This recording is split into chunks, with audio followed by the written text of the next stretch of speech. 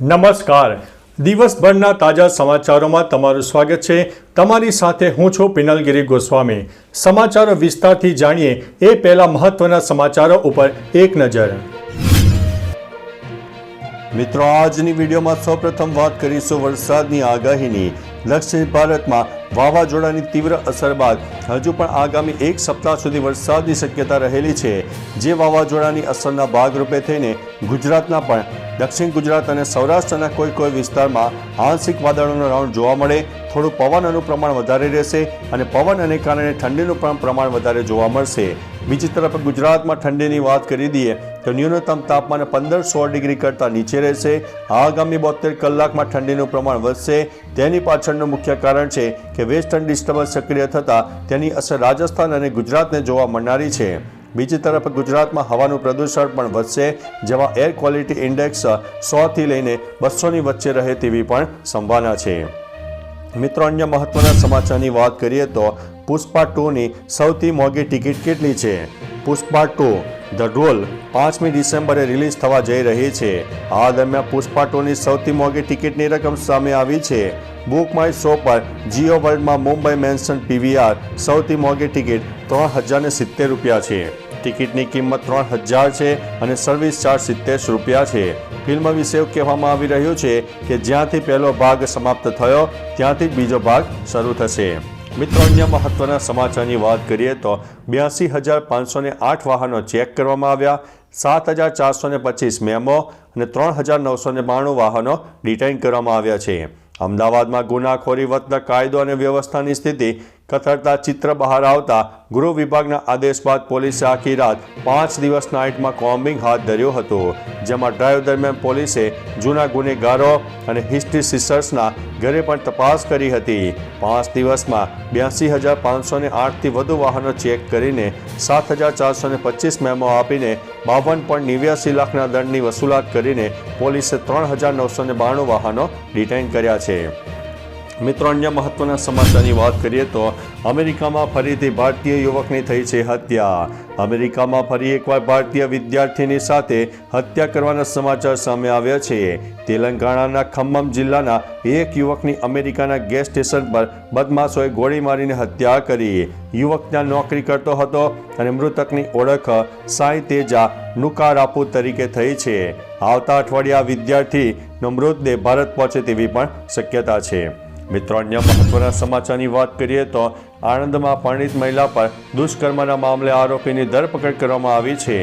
આણંદમાં પરિણીતા પર દુષ્કર્મ ગુજારવાના કેસમાં આણંદ શહેર પોલીસ દ્વારા અલગ અલગ સમયે અત્યાર સુધીમાં 8 આરોપીને ઝડપી પાડવામાં આવ્યા છે. પરંતુ મુખ્ય સૂત્રધાર એવા દીપુ પ્રજાપતિ છેલ્લા 14 દિવસથી ભૂગર્ભમાં ઉતરી ગયો હતો. આખરે દીપુ પ્રજાપતિ 30મીને શનિવારના રોજ ઝડપી પાડવામાં આવ્યો છે.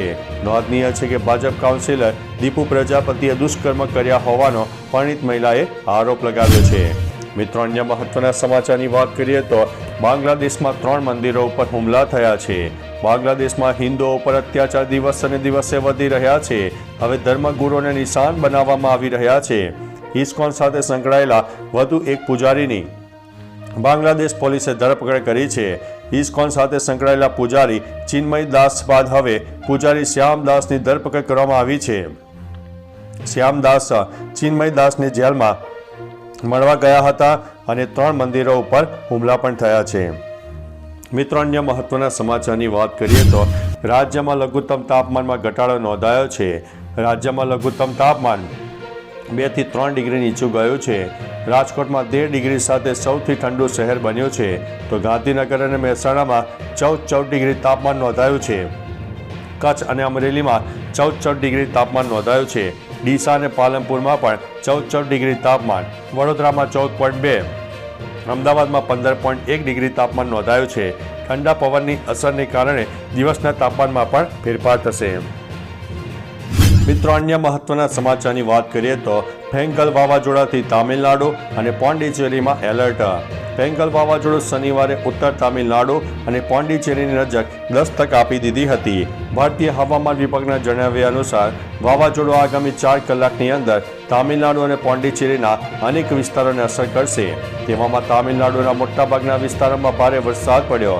વાવાઝોડાની આપત્તિ પહેલા જ ચેન્નઈમાં ટ્રેન અને હવાઈ સેવાઓ બંધ કરવામાં આવી હતી અને લોકોને એલર્ટ કરી દેવામાં આવ્યા હતા. મિત્રો, અન્ય મહત્વના સમાચારની વાત કરીએ તો દિલ્હીમાં ગાઢ ધુમ્મસ અને તાપમાન 7 ડિગ્રીએ પહોંચ્યું છે. દિલ્હીની હવાની ગુણવત્તા ખૂબ જ નબળી શ્રેણીમાં નોંધવામાં આવી છે. પ્રતિકૂળ હવામાનને કારણે આગામી 3 દિવસ સુધી શહેરની હવાની ગુણવત્તા ખૂબ જ નબળી શ્રેણીમાં રહેવાની ધારણા છે. સેન્ટ્રલ પોલ્યુશન કંટ્રોલ બોર્ડ દિલ્હીનો 24 કલાકનો સરેરાશ એર ક્વોલિટી ઇન્ડેક્સ 346 નોંધાયો હતો. ચક્રવાતી તોફાન ફેંગલના કારણે વરસાદ અને દિલ્હીની ઠંડી 7 ડિગ્રીની આસપાસ પહોંચી ગઈ હતી.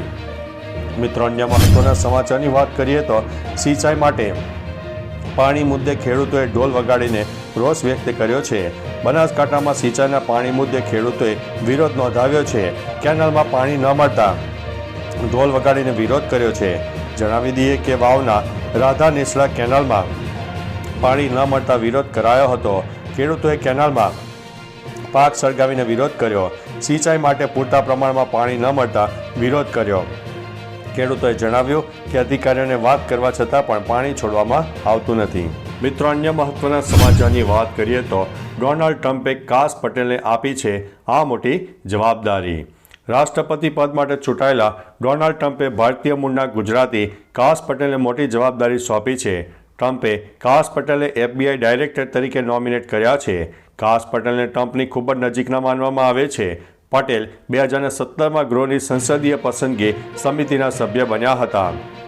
પટેલ અમેરિકાના ગુપ્તચર સમુદાય વિશે કટ્ટરપંથી વિચારો ધરાવે છે.